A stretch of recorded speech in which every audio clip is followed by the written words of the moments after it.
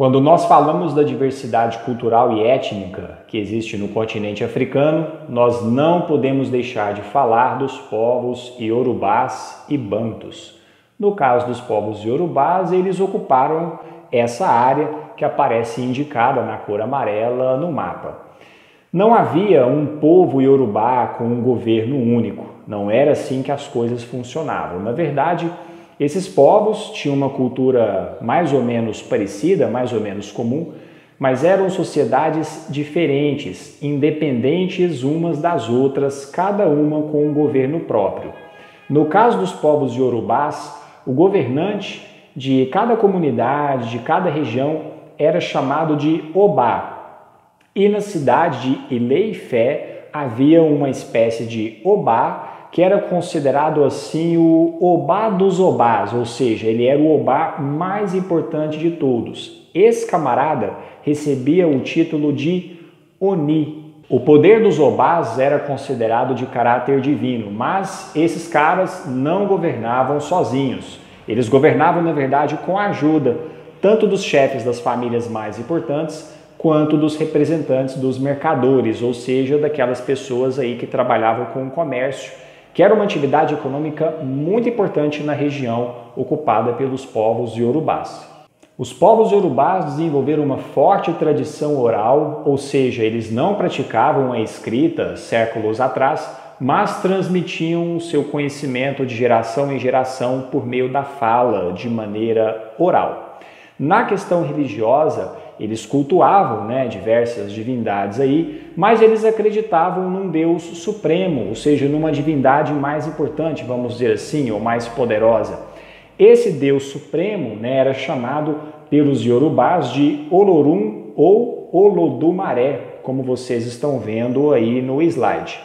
Quanto à questão econômica, além do comércio, que eu já mencionei, os iorubás também praticavam o artesanato e a metalurgia. No caso da metalurgia, nós vemos aqui nessa nova imagem que está aparecendo na tela, uma cabeça de bronze, produzida aí pelos iorubás há alguns séculos atrás. Reparem na riqueza de detalhes e na forma como eles fizeram aí essa cabeça de bronze, o que mostra para a gente que do ponto de vista da metalurgia, os iorubás conseguiram para a época um conhecimento aí bastante avançado.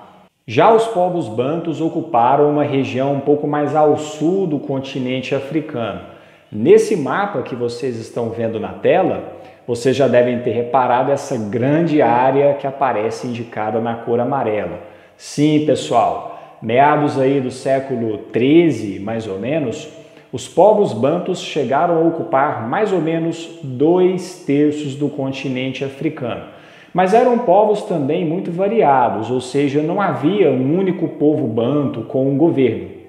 Assim como os iorubás, os bantus eram organizados, na verdade, em sociedades independentes umas das outras.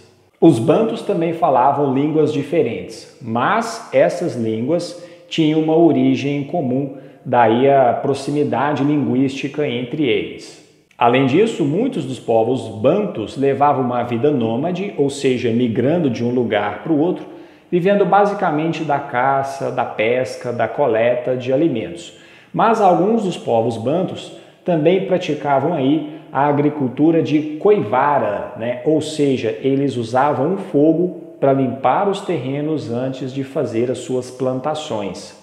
Nessas duas imagens que estão aparecendo na tela agora, a gente consegue observar um pouco da diversidade que existia aí entre os povos bantus. O povo, por exemplo, do grande Zimbábue construía grandes monumentos de pedra, como vocês estão vendo na imagem da esquerda. Já o povo da região do Congo era governado por um sujeito que tinha um título de Manicongo, que aparece aí desenhado nessa ilustração que também está aparecendo no slide. Então vejam que o povo bantu, ou os povos bantus, melhor dizendo, eram povos muito variados e com bastante diversidade entre eles. Por que é importante nós termos um pouco de conhecimento aí a respeito tanto dos iorubás quanto a respeito dos povos bantus? Esses povos, tanto os iorubás quanto os bantus, estiveram entre os povos africanos que mais sofreram com o processo da escravidão entre os séculos 16 e 19. Se nós lembrarmos que a partir do século 16, alguns países europeus começaram a colonizar territórios na América, e para fazer isso acabaram usando aí a mão de obra escrava oriunda da África, nós temos que os povos iorubás e os povos bantus foram povos aí que mais sofreram com esse processo. Nesse mapa que está aparecendo na tela agora, a gente consegue ver algumas dessas rotas do chamado comércio atlântico, ou seja, o comércio que acontecia, que se desenrolava pelo Oceano Atlântico, ligando Europa, África e América.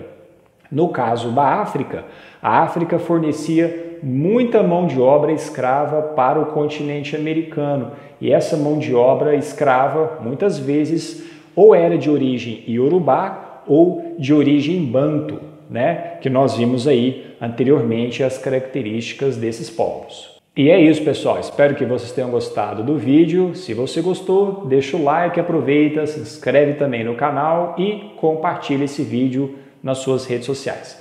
Vou ficando por aqui. Um abraço.